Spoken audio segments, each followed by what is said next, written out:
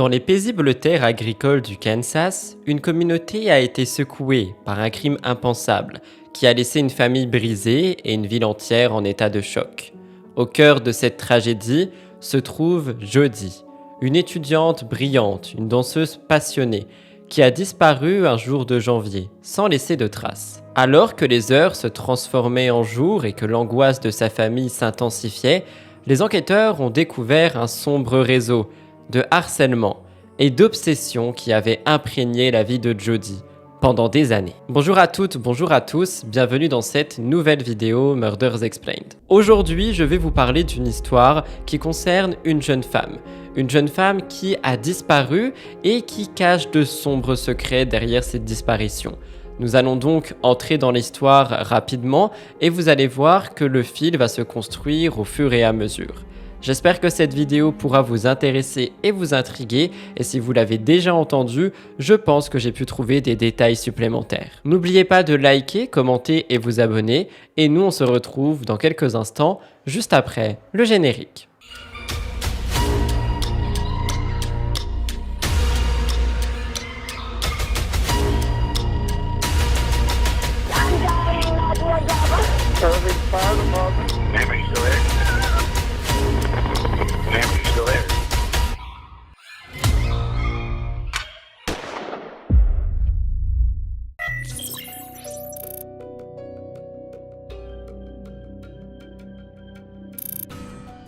Nous sommes en janvier 2007. Jody Senderholm, âgée de 19 ans, était une étudiante en pré-pharmacie au Cowley College dans sa ville natale d'Arkansas City, au Kansas. Brillante tant sur le plan académique qu'athlétique, elle avait eu une très bonne place dans sa promotion au lycée. Jody était également une danseuse exceptionnelle, ayant servi comme capitaine de l'équipe de danse de l'université, les Tigerettes, pendant 2 ans. Elle était connue pour son intelligence, sa générosité et sa gentillesse. Elle n'avait aucun ennemi.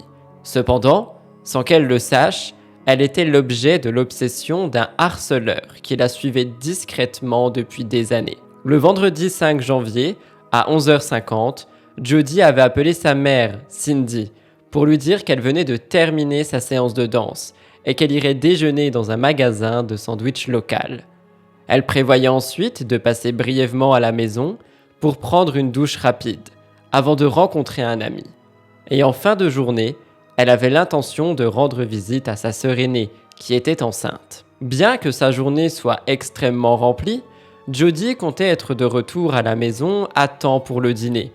Cette journée ordinaire va malheureusement prendre une tournure tragique. Alors qu'elle vivait sa routine quotidienne, le harceleur qui la suivait depuis son enfance a vu une opportunité. Profitant de ses déplacements, il a mis en œuvre son plan macabre. La disparition soudaine de Jody a déclenché une recherche intense et désespérée, mobilisant la communauté locale. Ses proches, amis et autorités espéraient la retrouver saine et sauve, ignorant encore les sombres intentions de son agresseur. Plus tard, dans l'après-midi, Cindy, la mère, décida de vérifier sa fille cadette pour s'assurer que tout se passait bien. Mais ses appels allèrent directement à la messagerie vocale. Simultanément, l'ami que Jody devait rencontrer tentait également de la joindre, après que Jody ne soit pas présentée comme prévu au rendez-vous. Ses appels restèrent eux aussi sans réponse. Inquiète par ce silence soudain, Cindy quitta son travail plus tôt pour rentrer chez elle et vérifier si Jody était là. À son arrivée, elle constate que la voiture de sa fille n'était nulle part. Et bien qu'il n'y ait eu aucune raison immédiate de craindre le pire, l'instinct maternel de Cindy lui indiquait que quelque chose n'allait pas. En vérifiant la boîte aux lettres, elle remarqua que quelqu'un, probablement Jody, avait déjà récupéré le courrier. Donc elle se dit qu'elle était à la maison. Cependant, une fois à l'intérieur de la maison, elle ne trouva aucun courrier, ni Jody. L'inquiétude de Cindy grandit. Lorsqu'elle vérifia la douche, elle la trouva sèche. Jody n'était pas passée ici. Ça indiquait clairement que Jody était certainement revenue à la maison à un moment donné, mais qu'elle n'avait pas eu le temps de prendre une douche avant de disparaître. Convaincue que quelque chose de grave s'était passé, Cindy commença à paniquer. Elle contacta immédiatement les amis et la famille de Jodi, espérant que quelqu'un aurait des nouvelles d'elle. Elle alerta également la police, signalant la disparition de sa fille. La communauté se mobilisa rapidement, organisant des recherches et distribuant des affaires de personnes disparues. Les autorités commencèrent à interroger les proches et à retracer les derniers mouvements de Jodi. L'absence prolongée et inexpliquée de sa fille plongea la famille et les amis dans l'angoisse. Chaque heure qui passait sans nouvelles augmentait la peur que quelque chose de terrible lui soit arrivé. L'enquête révélera bientôt des indices inquiétants qui pointaient vers une personne obsédée par Jodi depuis longtemps. Tandis que les recherches continuaient, toute la communauté de Kansas City espérait, contre toute attente, que Jodi serait retrouvée, saine et sauve. Cindy contacta tous ceux à qui elle pouvait penser pour localiser Jodi, mais personne n'avait eu de nouvelles depuis plus tôt dans la journée. Après avoir cherché partout, sans succès, la famille se rendit au poste de police, juste après 18h, alors qu'il commençait à faire sombre, pour signaler la disparition. Les détectives, en apprenant que Jodi avait un petit ami de longue date étudiant à Dallas, décidèrent de l'interroger pour l'écarter des suspects. Et après avoir confirmé que cet homme n'avait jamais quitté Dallas ce jour-là, ils le rayèrent rapidement de la liste des suspects potentiels. Lors des entretiens avec les amis les plus proches de Jodi, la plupart des membres de l'équipe de danse de l'université, ou encore les enquêteurs, tout le monde a découvert que plusieurs d'entre eux avaient été harcelés par un homme depuis des mois. Ce harceleur, qui donc avait terrorisé l'équipe de danse, était connu sous le nom de Justin Turber. Et il était déjà sous le radar pour son comportement inquiétant. Les témoignages concordaient sur le fait qu'il suivait souvent les danseuses et avait une obsession pour Jodi. La police commença à se concentrer sur ce suspect, rassemblant des preuves et des témoignages pour construire un dossier solide. Et c'est comme ça qu'ils découvrirent rapidement que cet individu avait un passé de comportement perturbant et d'obsession pour les jeunes filles de la région. Avec ces nouvelles informations, les autorités intensifièrent leurs efforts pour le retrouver et comprendre son rôle dans la disparition de Jodi. La communauté, toujours choquée par la disparition de la jeune femme, se mobilisa pour soutenir la famille et aider aux recherches. Les enquêteurs ont donc découvert un élément clé qui mettrait de la lumière sur la tragédie qui s'est passée, notamment via ce nom, Justin Turber.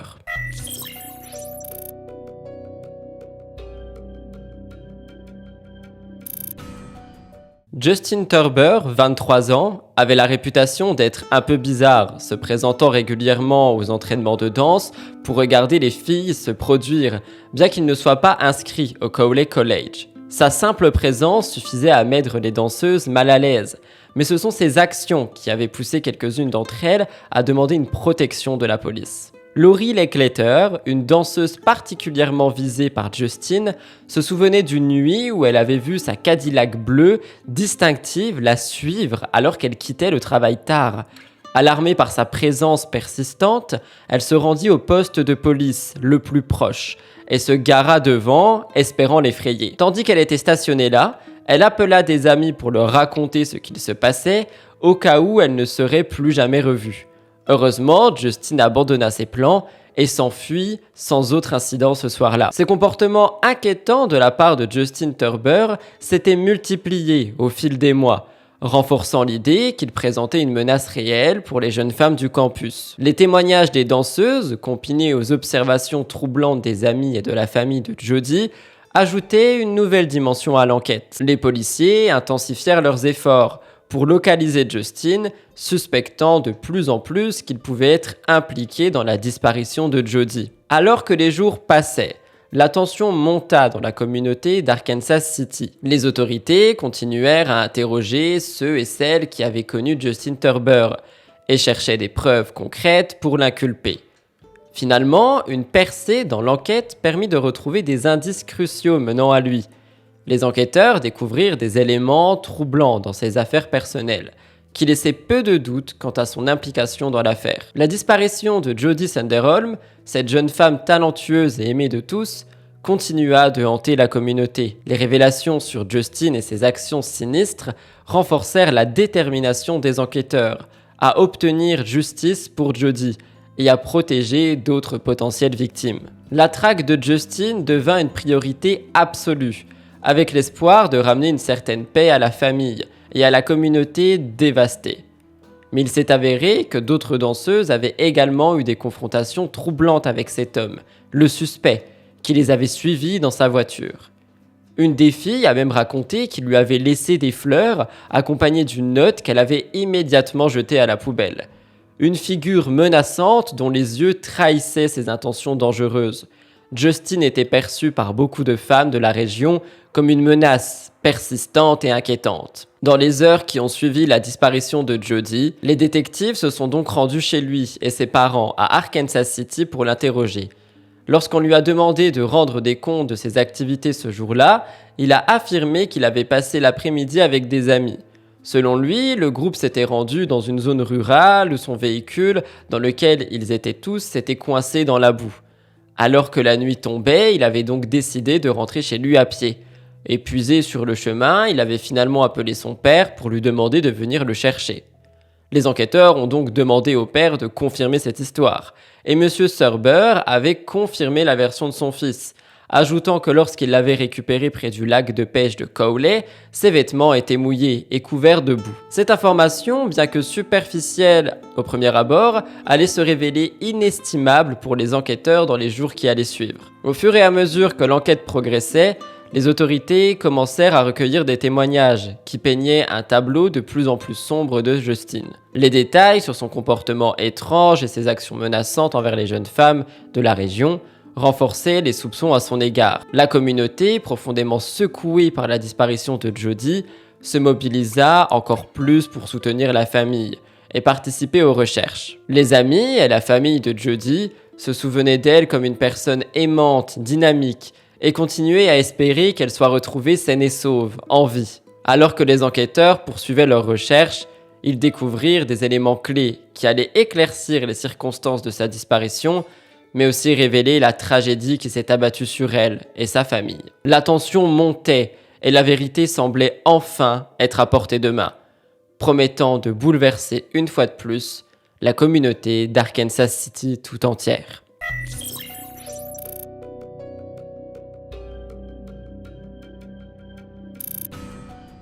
À partir de ce moment-là, Justin a élaboré davantage de ses mouvements ce jour-là. Il nous en a dit plus. Il a expliqué que ses amis avaient réussi à dégager leur voiture de la boue et lui avaient rendu la sienne peu de temps après. Il aurait donc ensuite pris la direction d'une sandwicherie où il travaillait pour récupérer son chèque de paye, un détour habituel après le travail. Il s'était brièvement arrêté pour une conversation avec des collègues avant de rentrer chez lui pour le reste de la soirée. Les enquêteurs, bien que sceptiques à propos de l'histoire de Justin, n'avaient pas de preuves tangibles liant directement son emploi du temps à la disparition de Jody. Cependant, ils avaient appris qu'il faisait l'objet d'un mandat d'arrêt actif pour vol. Cela leur a permis de le placer en détention provisoire pour ces accusations non liées ensemble, tout en continuant de creuser pour trouver des liens potentiels avec l'affaire de Jody. Utilisant le précédent de harcèlement de Justin comme levier, les enquêteurs ont obtenu un mandat de perquisition pour sa maison. Ils ont focalisé leur attention sur plusieurs éléments clés comme son téléphone portable, sa voiture, les baskets qu'il portait le jour de la disparition de Jody. Conscients que les pistes dans les affaires de personnes disparues se refroidissent rapidement, les détectives ont profité de son arrestation pour interroger son ancienne petite amie. Elle a révélé qu'ils avaient été en couple pendant 3 ans avant leur rupture. Cette jeune femme a décrit Justin comme quelqu'un ayant des tendances violentes, en particulier dans l'intimité. Elle a raconté que leur rapport sexuel était rare et quand ils arrivaient, ils ne parvenaient pas à s'exciter, sauf s'il lui tirait les cheveux et l'étouffait jusqu'à l'inconscience. Elle a décidé de partager le fait qu'il préférait se retrouver régulièrement dans un parc vaste, connu sous le nom de Cole Wildlife Area, où il passait des heures à contempler le paysage tranquille. Un jour, de manière inquiétante, il avait lâché une remarque étrange. Il avait suggéré que ce serait un endroit parfait pour se débarrasser d'un corps, affirmant que personne ne le trouverait jamais ici. Les enquêteurs, stupéfaits par cette révélation, ont été encore plus choqués par ce qu'elle a partagé ensuite. Cette jeune femme, ayant partagé plus d'intimité avec Justin que quiconque, a révélé que son ancien petit ami se vantait ouvertement de traquer Jody depuis qu'il avait 13 ans et qu'elle en avait 9. Sans la moindre honte, il se souvenait distinctement de l'avoir remarquée dans une piscine publique et d'être devenu obsédé par elle depuis ce jour-là. Face à toutes ces informations, les enquêteurs ont sérieusement envisagé que Justin pourrait avoir concrétisé sa théorie, selon laquelle le Coe Wildlife Area était un endroit idéal pour se débarrasser d'un corps. En conséquence, avec l'acte de volontaire dévoué, de chiens spécialisés dans la recherche, les enquêteurs ont organisé une recherche minutieuse dès les premières heures du jour levé. À la fin d'une journée épuisante de recherche, infructueuse pour retrouver Jody, 2 participants volontaires ont pris l'initiative de visiter une aire de repos sur le chemin du retour. À cet endroit, loin des sentiers battus, ils ont découvert quelque chose d'alarmant. Le fameux courrier adressé à la famille Sanderholm, qui flottait dans une cuvette de toilette de latrine chimique. À côté, une tongue abandonnée était au sol, témoignage muet d'une présence inquiétante dans ce lieu isolé. Comprenant immédiatement la signification de ces découvertes, ils ont rapidement alerté les autorités locales. Les détectives, déjà mobilisés dans l'enquête, se sont rendus sur place pour examiner de près les trouvailles des volontaires. Et en plus des éléments précédemment découverts, comme le portefeuille de Jody, une paire de chaussures de danse et les vêtements qu'elle portait le jour de sa disparition, ces nouvelles preuves ajoutaient une autre dimension sinistre à l'affaire. Malgré tous ces indices, elle restait introuvable. Mais chaque personne impliquée dans la recherche savait au fond d'elle-même qu'il se rapprochait de la terrible vérité qui se cachait derrière la mystérieuse disparition de Jody Sanderholm.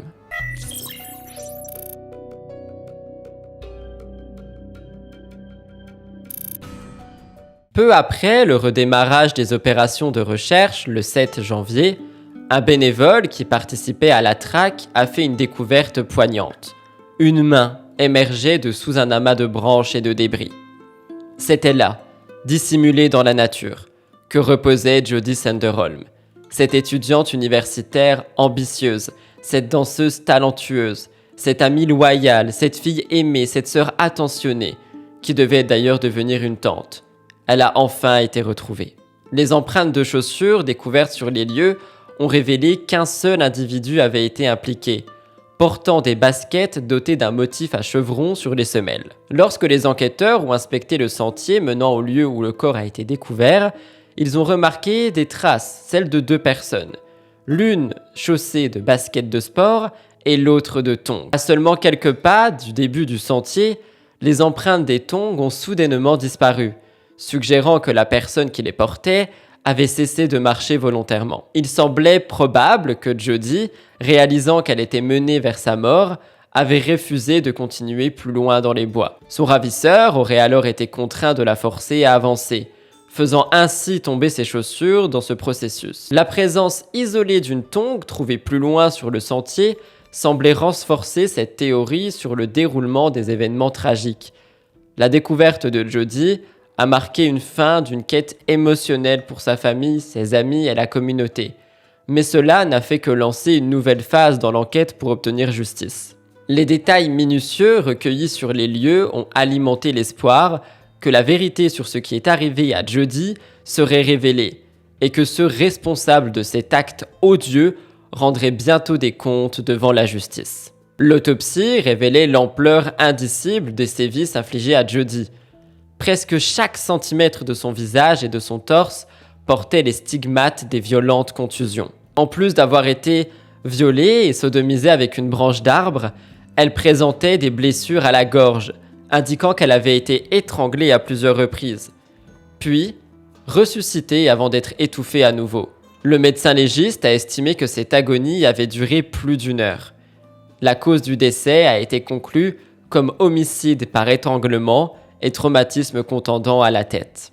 À partir de ce moment, les preuves contre l'unique personne d'intérêt ont commencé à s'accumuler de manière accablante. L'ADN prélevé sous les ongles de Jody correspondait à celui de Justin, consolidant les soupçons des enquêteurs. De plus, les images de surveillance provenant de la sandwicherie locale avaient capturé la Cadillac bleue de Justin suivant Jody après qu'elle ait récupéré son déjeuner vers 13h, le jour de sa disparition, comme je vous l'ai expliqué tout à l'heure. Les caméras de sécurité du Cowley College avaient également enregistré Justine, suivant discrètement Jodie alors qu'elle quittait le parking après la danse. Inconsciente de cette surveillance malveillante depuis tôt le matin, Jodie avait été traquée à chaque instant de sa journée. Ces preuves circonstancielles et matérielles renforçaient l'affaire contre Justin Thurber, dessinant le portrait inquiétant d'un prédateur qui avait ciblé et traqué sa victime avant de lui infliger des souffrances inimaginables.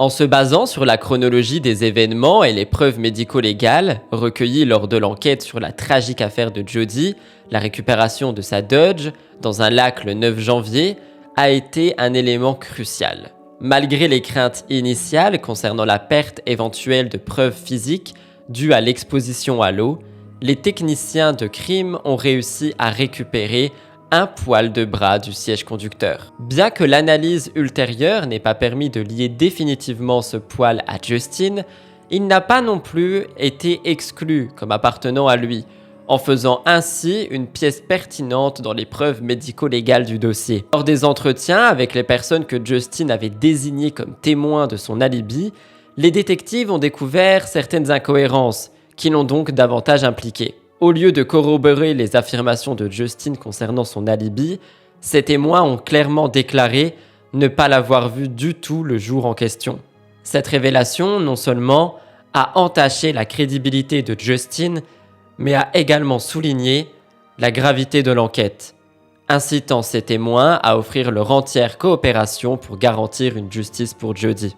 Le 10 janvier, armé de nombreuses preuves indiquant son implication, Justin a été formellement inculpé d'enlèvement aggravé, de meurtre capital, de viol et de sodomie.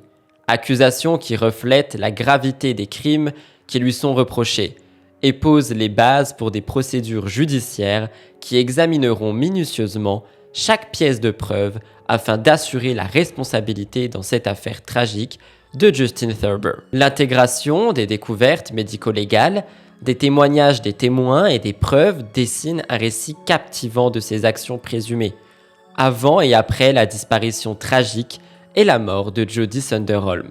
À mesure que l'affaire se déroule, les experts et les autorités continueront de collaborer pour poursuivre la justice dans la quête de vérité et de responsabilité. Alors que l'affaire contre Justin se profilait, de nouveaux témoignages cruciaux sont venus renforcer les preuves déjà bien accablantes. Des témoins ont affirmé avoir vu un homme conduire la voiture de Jodie le jour de sa disparition. En analysant les données des téléphones portables de Justin et de Jodie, les enquêteurs ont découvert que les appareils avaient utilisé les mêmes tours de téléphonie cellulaire le jour de l'enlèvement de Jodie, renforçant ainsi les suspicions contre Justin. Lorsque la nouvelle de son arrestation a été entendue et rendue publique, plusieurs femmes ont contacté les autorités pour partager des histoires de harcèlement et d'obsession vécues par Justin. Incapable d'établir de relations saines avec les femmes, il semblait trouver du plaisir uniquement dans la terreur qu'il leur infligeait, que ce soit de près ou à distance. Malheureusement pour Jodie, la victime de son obsession de longue date, elle n'avait pas remarqué la menace qui la suivait depuis son enfance, jusqu'à ce qu'il soit trop tard. Les enquêteurs ont émis l'hypothèse que Justin avait suivi Jodie jusqu'à chez elle vers 17h le dernier jour de sa vie. Alors qu'elle s'arrêtait dans l'allée pour récupérer le courrier, une habitude quotidienne, il l'avait attaquée et forcée à entrer dans sa propre voiture. La question de savoir où et comment il avait dissimulé sa Cadillac pendant cette séquence de crime reste un mystère. Après avoir conduit jusqu'à la zone de faune, Justin Thurber avait conduit Jodie à l'intérieur des bois. Face à son refus de se soumettre à ses demandes, il l'avait traînée en la frappant et en l'étouffant, jusqu'à un endroit isolé où il l'a violée et tuée. Vers 22h, ayant accompli ces actes terribles, il avait enterré le corps de Jodie sous des feuilles, des branches et d'autres débris, avant d'abandonner sa propre voiture dans un lac, à quelques kilomètres de là. Trempé, sale et épuisé, Justin avait inventé l'histoire selon laquelle il s'était donc retrouvé coincé dans la boue avec ses amis, avant de faire appel à son père pour le ramener chez lui. Convaincu d'avoir effacé toutes les preuves, il était rentré chez lui et avait agi comme si de rien n'était. Avant le début du procès, l'avocat de la défense de Justin avait plaidé que son client était mentalement incompétent et ne devrait donc pas être condamné à mort. Avec un QI estimé entre 70 et 80, ils avaient argumenté qu'une telle sentence serait excessive et violerait l'interdiction de la Cour suprême des peines cruelles et inhabituelles pour les personnes ayant une déficience intellectuelle. Le juge supervisant le cas de Justin avait rejeté la requête de sa défense, arguant de son incompétence mentale, se basant sur le fait qu'il avait réussi à obtenir son diplôme et à fréquenter une université. Ces accomplissements étaient considérés comme des preuves que Justin était pleinement capable de comprendre la différence entre le bien et le mal, malgré ses choix criminels. Bien que ses résultats académiques ne fussent pas exceptionnels, le juge avait conclu qu'il démontrait d'une capacité fonctionnelle suffisante dans la société. Ce raisonnement s'appuyait également sur le lourd passé criminel de Justin, bien qu'il n'ait jamais été arrêté pour ses crimes violents dans le passé. Ces infractions comprenaient des accusations de vol, possession de drogue, conduite désordonnée, usurpation d'identité d'un policier, falsification et intrusion criminelle, toutes menant à des peines relativement légères qui ne semblaient pas avoir dissuadé ses comportements récidivistes. Le 5 janvier 2007, Justin avait été arrêté pour non-respect d'un stop par un patrouilleur près de Galway College, moins d'1 heure avant que Jodie ne soit enlevée en plein jour devant chez elle. Cette proximité temporelle avec le crime, ajoutée à la complexité de son dossier, et renforçait l'image d'un individu en proie à des impulsions criminelles récurrentes et dangereuses. Lors des audiences préliminaires et pendant le procès, les preuves contre Justin s'étaient accumulées. L'analyse des dossiers de téléphone mobile avait révélé des points sur les mêmes tours de téléphonie cellulaire que ceux utilisés par Jodie ce jour-là, renforçant l'association chronologique de Justin avec les événements de cet enlèvement. De plus, les témoignages des témoins qui avaient vu Justin conduire la voiture de Jodie étaient accablants. Et c'est comme ça que le procès a pu avancer.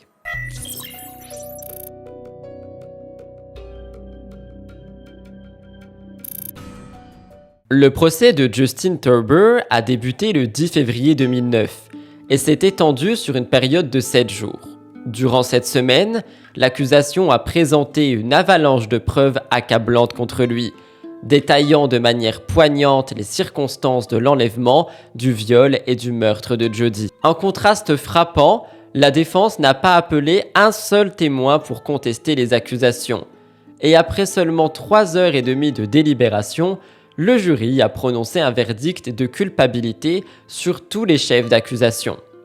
Plus encore, ils ont demandé la peine capitale pour Justin. Le 20 mars, après un examen minutieux de la décision du jury, le juge président a ordonné que Justin Thurber soit exécuté par injection mortelle pour le meurtre brutal de Jodie Sanderholm. Le processus d'appel était en cours, avec la défense persistant dans leur affirmation selon laquelle Justin était mentalement retardé et par conséquent incapable de comprendre pleinement les conséquences de ses actes. À un moment donné, dans une tentative de minimiser la responsabilité de leur client, ils ont même dit qu'il n'y avait aucune preuve démontrant que la victime avait souffert malgré les preuves accablantes de la brutalité infligée à Jodie. Que la défense ait argumenté avec précision sur les capacités cognitives de Justin ou non, l'essentiel demeure qu'il a commis un acte abominable en traquant, enlevant, violant de manière brutale et torturant et finalement assassinant froidement cette jeune femme. Après avoir perpétré ce crime odieux, il a en plus méticuleusement cherché à dissimuler toutes les preuves de ses actions répréhensibles, y compris en élaborant un alibi sophistiqué. Ses actions seules démontrent qu'il avait conscience de l'horreur de son acte, mais a choisi de le commettre néanmoins. En outre, les efforts pour faire annuler sa peine de mort semblent peut-être futiles, étant donné que l'État du Kansas n'a pas exécuté de condamnés depuis 1965. Ainsi, Justin est probablement destiné à mourir de vieillesse derrière les barreaux, plutôt que de faire face à son exécution par injection létale.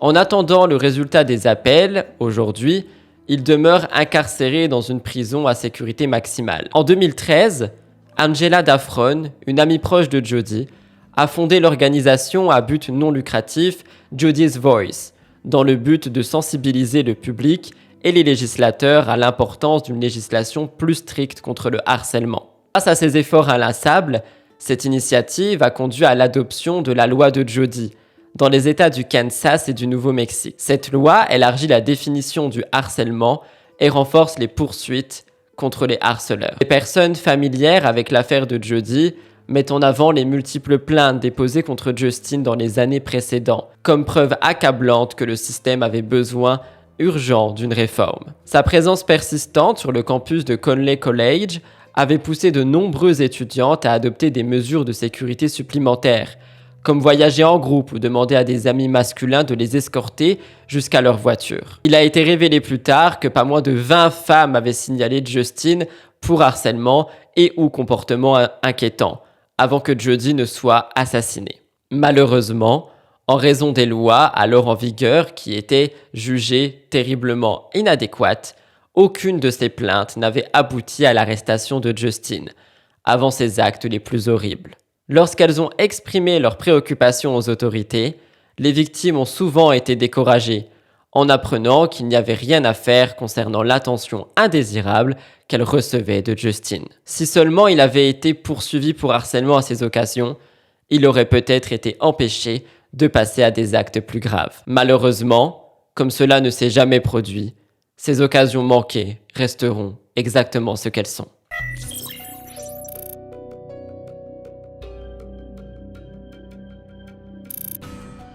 À travers les larmes et la douleur, la mémoire de Jody Sanderholm résonne aujourd'hui dans les actions courageuses entreprises par ceux qui l'ont aimé et ceux qui ont cherché à rendre justice à son nom. Son histoire a inspiré des changements législatifs visant à protéger d'autres personnes contre le harcèlement et la menace. Malgré la condamnation de Justin et ses appels continus, le vide laissé par Jody ne peut être comblé. Son héritage reste un rappel poignant de la nécessité de vigilance contre ceux qui cherchent à faire du mal, et un appel à l'action pour une société où chaque individu se sent protégé et en sécurité.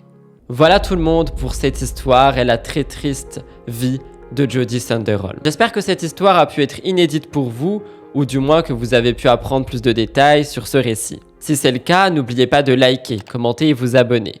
En ce qui me concerne, je vous retrouve dans quelques jours pour une nouvelle histoire horrifique, et jusque-lors, prenez grand soin de vous.